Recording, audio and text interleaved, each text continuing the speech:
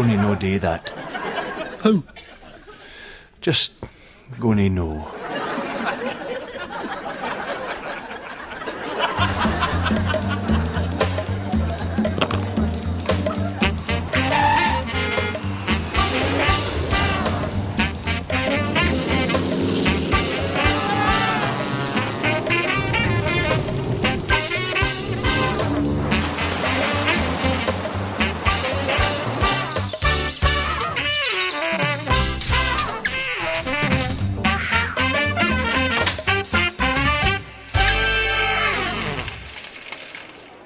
Okay, just a bit for level, please. Okay, 1, 2, 1, 2. Yeah, that's fine, that's fine. Okay, budget, Vox Pops, BBC News. Okay, Cindy? Okay, let's do this, come on. Excuse me, madam. I wondered if I could... Sir, I'm going to ask you a couple of questions. Can I ask you your name? You okay?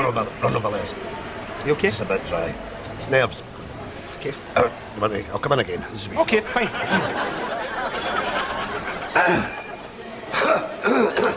Hello, sir.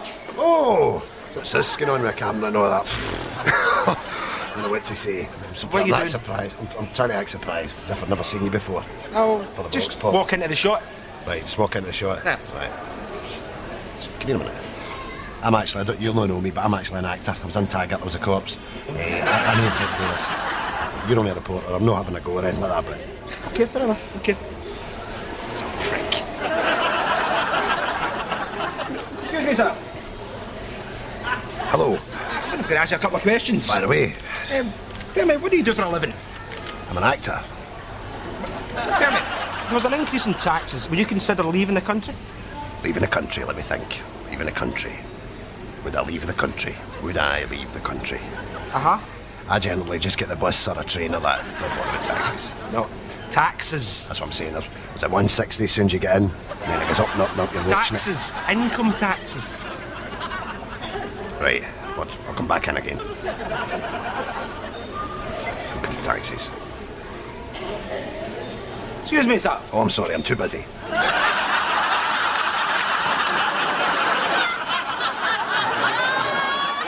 One year on from the disappearance of Lanarkshire couple David and Edith McCallum, Strathclyde police have announced their plans to step up the investigation in an effort to finally solve the case. Chief Inspector John McConaughey hotly denied that interest in the investigation had begun to wane, claiming that his on-scene officers were as diligent, vigilant and receptive to new information as they were on day one of the inquiry.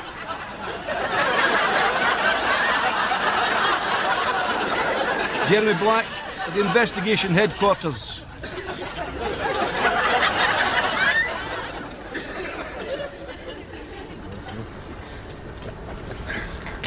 Mark, you sign that for the boy? Hey, bot. It's to Stephen. Urie's favourite. He's too shy to say. You want to see his room? Posters everywhere of you, the rest of the team. Great. Oh, cheers. Hey, Jerry. 14. That's him started the masturbating now. Is that right? Masturbating? That's smashing. Good on you, wee man.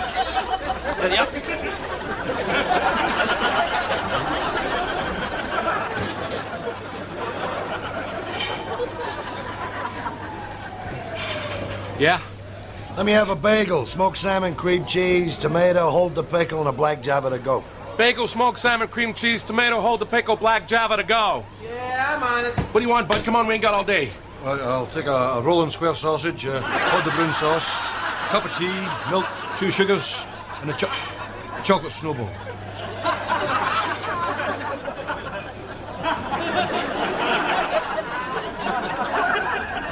You see, there are those who are born to greatness, son. And those who, through their own life, can achieve greatness, you know. Leaders amongst men. And then again, there are those who never achieve anything, you know. What do you mean? What do I mean? Well, I mean there are those who can and those who can't. Can't?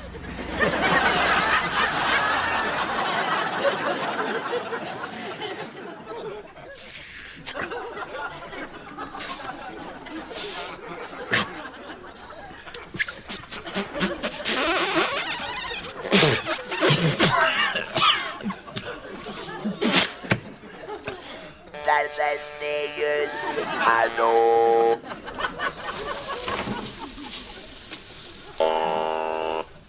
Remember to happy birthday, son. Fine. Is that my cake?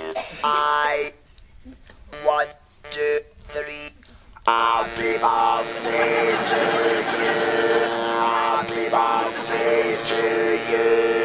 Happy birthday, dear stupid. Happy birthday to you. Right, blow out your candles.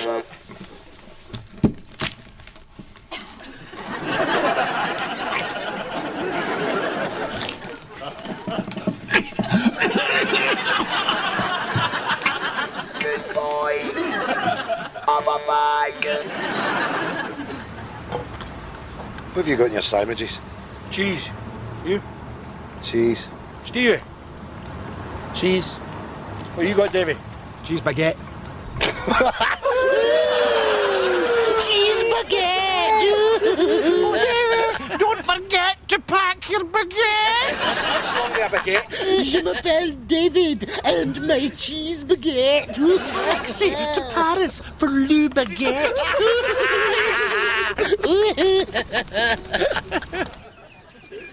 Now, we're here at Cracknafuddin Point to show you something very, very special indeed.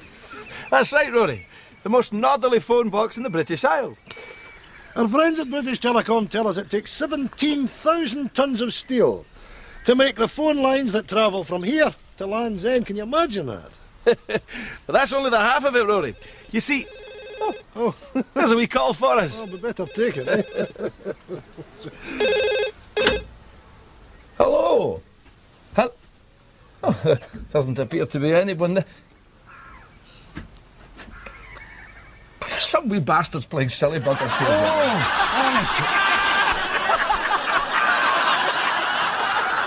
Taxi for a couple of fannies. No, don't touch it, Rory.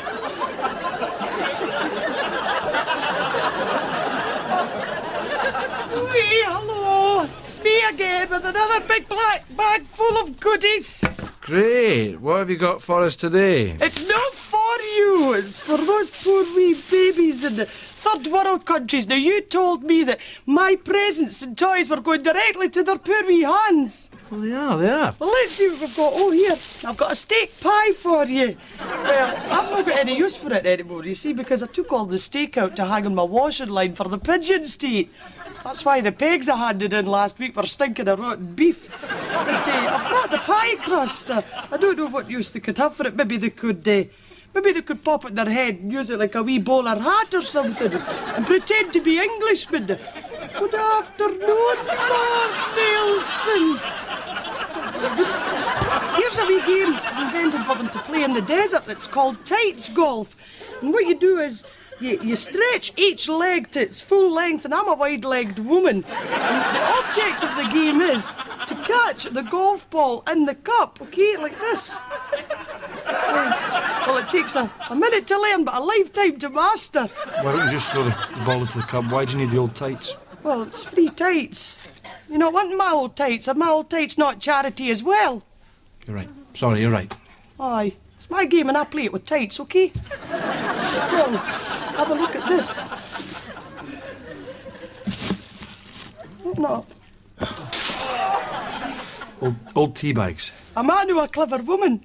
Now, why throw out your old tea bags when you can pop them into a bread bin and the wee babies can use it as weights to develop their wee muscles? Eh? Okay, 35. Oh, I was looking at her. What about you and your fancy man? Fancy man. What about you and your fancy man? Fancy Where were you last Saturday? Oh! Couple of cants. Aye. Got a problem with my hard drive, you know. Because I fell up from London looking at it. Should be done by now.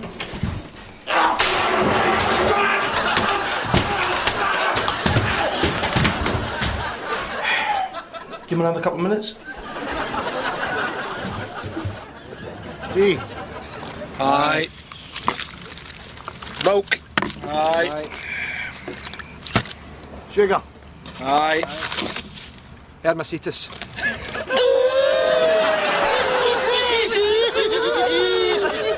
Shall I fetch thine hermesitas? How sweet is hermesitas?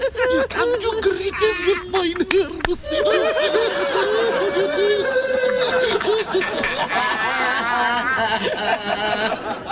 What shall we have for dinner tonight, kids? Fish fingers? No! No! We're having El Taco Loco!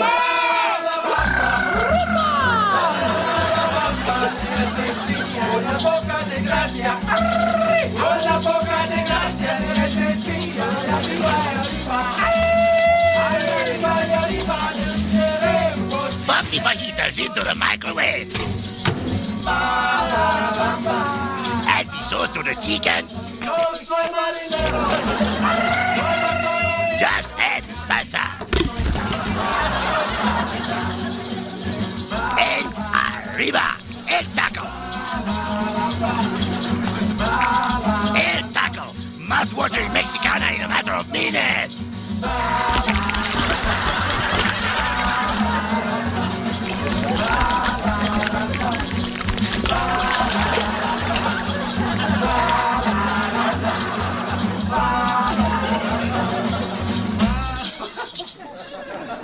That's me back, Tony. All right. Coffee. Chips. Cheers. £1.20 change.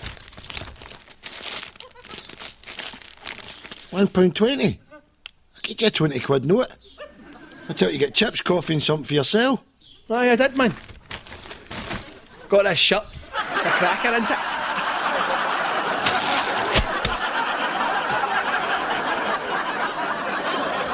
C43, code element 2, CA4392.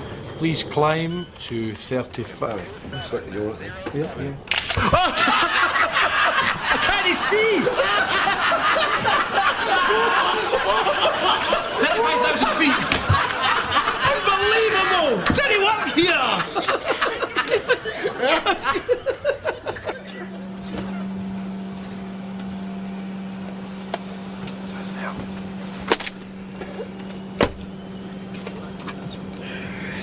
Hey, George, why don't you take the window seat? There's nothing like seeing the city lights waning away as you're heading off towards your destination. I've got these long legs, Harry. I prefer the aisle. You just take the aisle seat, George, and I'll get in the middle. Hey, hey, that's us in the jet set now, eh? Love flying. So they are. Aye. Would you mind giving me the end of my belt? Because if we're going to be travelling at 550 mile an hour, 40,000 feet up in the sky, I would like to have the end of my belt and be strapped in. Please, Linda. You're sitting on it, Harry. All right. Here, George, what do you think the film will be? Oh, Well, that was remiss of you, Linda, not to inform me that George here had been offered the post of in-flight entertainment officer. I would have sent him flowers, or at least a card at the very inside. How in the name of hell would George know what the in-flight movie was? How would he know? Ernest Goes Fishing. A light knockabout comedy, 90 minutes. Oh, that sounds good. Who's in that? It would suit you better if you read the safety card, Linda. Just so that we could be equipped if the unthinkable happened. If you even checked underneath your seat to see if the safety vest is there, eh? Calm down, Harry. You taking a tablet? Do you know the drinks are free on this flight, George? Is that right, Harry. Every single drink you have, they just bring it. You don't Harry. have to pay. Excuse me a minute, George. What is it, Linda? Did you take your tablet? What is this, the third degree? Of course I've took them. Them? What do you mean, them? Harry, they're prescription drugs. Dr. Oliver told you to take one on the ground and then one when you were up there. How many have you taken? 6. 6? That's right, Linda. 1, 2, 3, 4, 5, 6. But Harry, you shouldn't have taken 6. But Harry, you shouldn't have. I know, big bad Harry. Harry took 6 tablets. Oh, terrible bad Harry. Ladies and gentlemen, I would like to announce that my wife has changed the in-flight entertainment and we're now established that Harry, me, is a bad flyer. In fact, no, I'm a pill popper, that's what I am. Linda, why don't you go round all the passengers on the flight and see if they've got any extra E, or whiz, or crack, or smack. No, better still, I'll get my own syringe out and put a belt round there and start hitting up right here. Or better than that, let's go the whole hog and...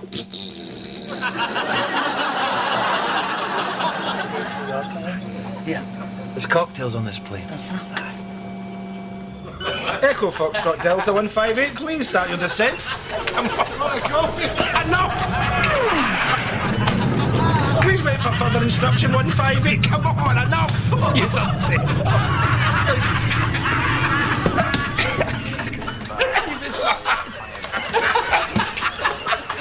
I'm on 158. Please start your descent again. Thank you.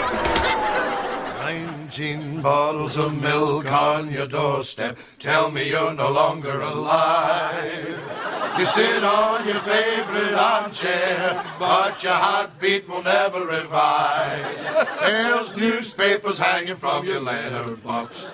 The post on your mat sits unread. If it wasn't for those 19 bottles of milk, well, we'd never know that you were dead.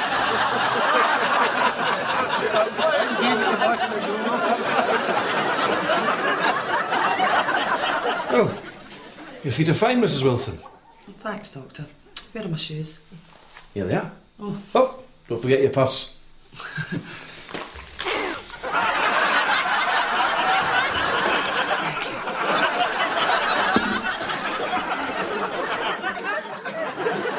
Now on to the weekend roundup, interpreting for the Neds tonight, Rab McGlinchey. All right, troops. Acclaimed American heavy rock band Purple Thunder landed in Glasgow today as part of their 30th anniversary tour. Singer Rip Gadley told reporters he was delighted to be here. Yeah, you want to see the state of these headbangers, by the way, man. Their faces are wrinklier than an elephant's boss sack. See the Rip geezer, by the way.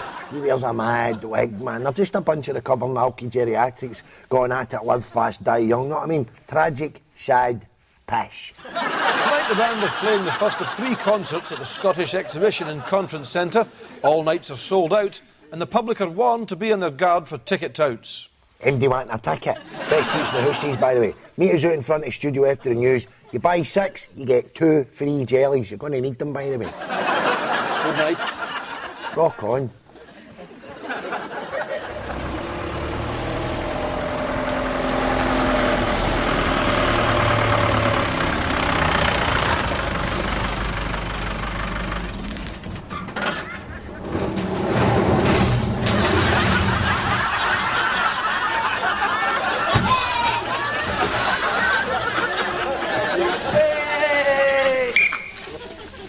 No, the day, mate. You've got a verruca.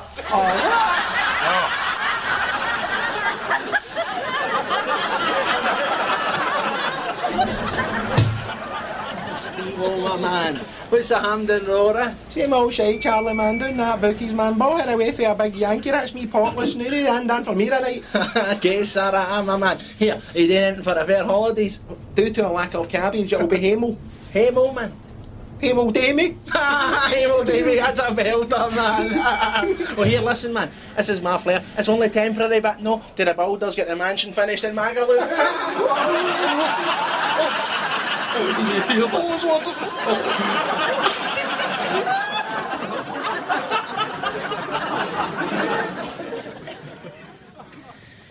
Remotely controlled. This is a poem in which I examine in a graphic yet emblematic manner the way in which a small incident of male-female domestic disharmony and behavioural imperialism can, if repeated over a long period of time, wreak a highly negative effect on the very fabric of a personal relationship. At the same time, the poem makes a cogent and searing comment on the repressive nature of the paternalist hegemony. It's a cry for female emancipation, but particular to the specific incident which inspired it, and universal. Sister in sorrow, rally to this, my feminist anthem. Man, man, man, give me the remote control for the television!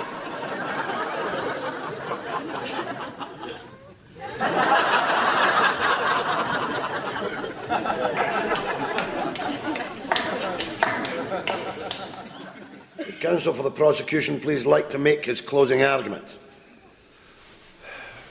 My lord, I put it to the jury that the defendant is nothing but a cold-hearted killer. He conceived, planned and carried out these acts of brutality in a calculated manner. He befriends his victims, enters into their confidence, their trust, and then murders them. This is his modus operandi. Modus operandi. Let me thy modus operandi. Too pretty with my modus operandi. What I say? I am 18, but... Look, I'm a mother. I'll vouch for her. She is 18. No identification, no entry. Is there a problem here? Big man. Big man, this wee idiot will not let my lassie in to see an 18 film. I thought the smell of pish was coming for this direction. What age are you supposed to be? 24? If it's steak pie's older than that. I bet the big man was to stick his hand down your knickers, he wouldn't find any hair. Just traces of your old man's lipstick. The girl's got no identification. Give the lassies the tickets, or the big man will stick his mobile phone up your kiki winker and keep phoning it till your ass gets a brain tumour. But the manager... Never mind the manager, ballbag. The big man's getting sick of this conversation. You want ID? There you go. OK. Right, give the two lassies the best seats in the house. And I mean the best. Thanks, big man. No problem, doll. Right, the big man would now like 2 tickets for himself for the main feature. Just give them the last 2 tickets to those women. Right, pick a shoe, we'll see if your back fanny can untie laces.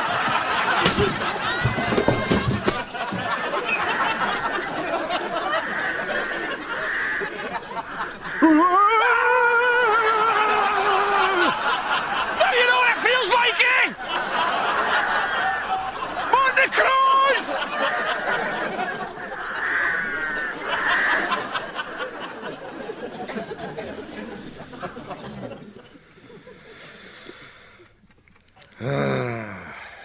That was rare. What you done, aye? Aye. You get a wee sad feeling when you get to the end of a book, yeah. Hey? I'm saying you get a wee sad feeling when you come to the end of a good book, you know. I'd quite like to get to the end of this. What do you keep your voice doing, Jack? Oh, Humpy. It's a lot of trash you're reading anyway. What? What is it called? The Battle of Stalingrad. Shower of shite. Jesus Christ, Jack. That's 3 times I've read that bit now. Right, Jack's finished his book, so there's to be no more reading.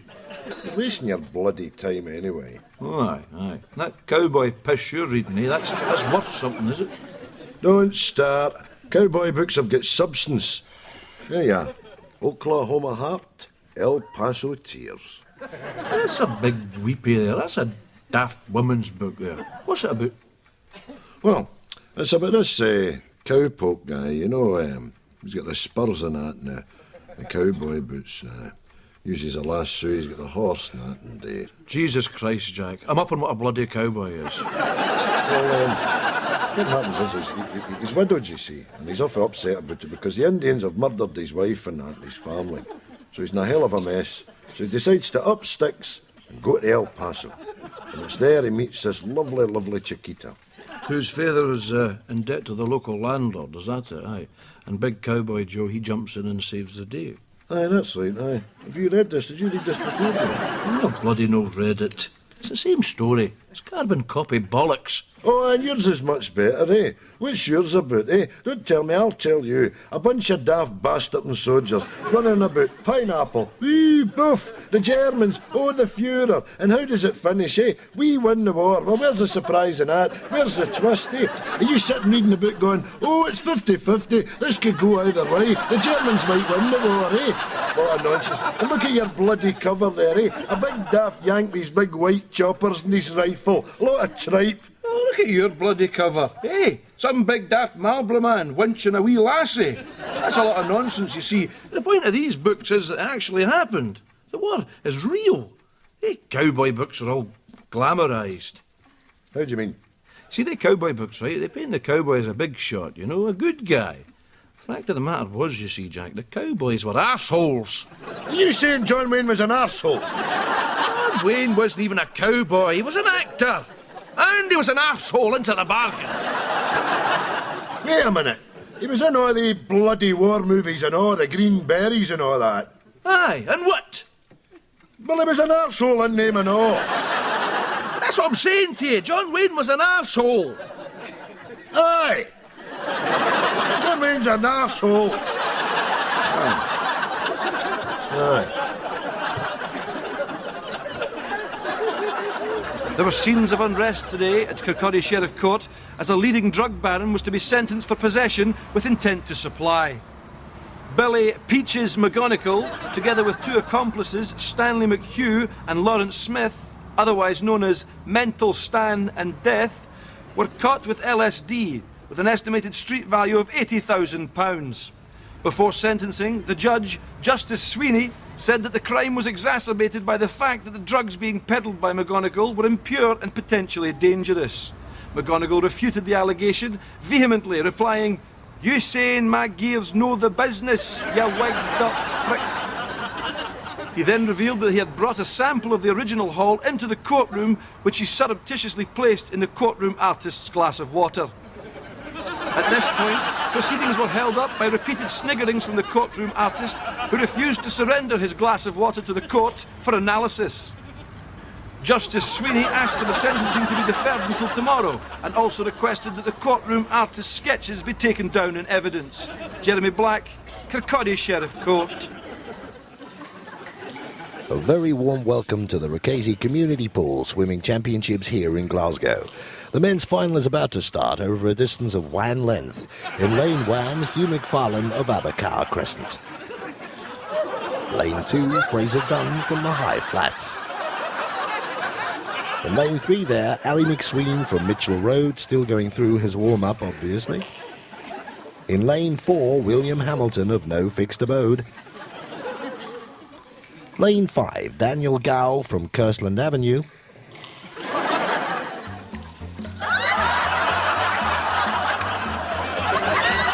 And in lane 6, Unknown.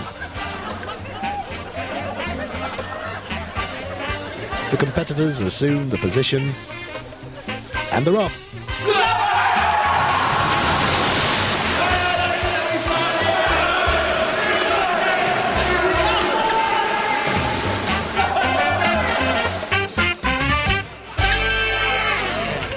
Yeah, well, I'm in Glasgow at the moment. I'm probably meeting up with Tiggy in LA in a couple of weeks. Maybe we can do lunch after that. What do you reckon? That's probably a good idea. Can? Total can't.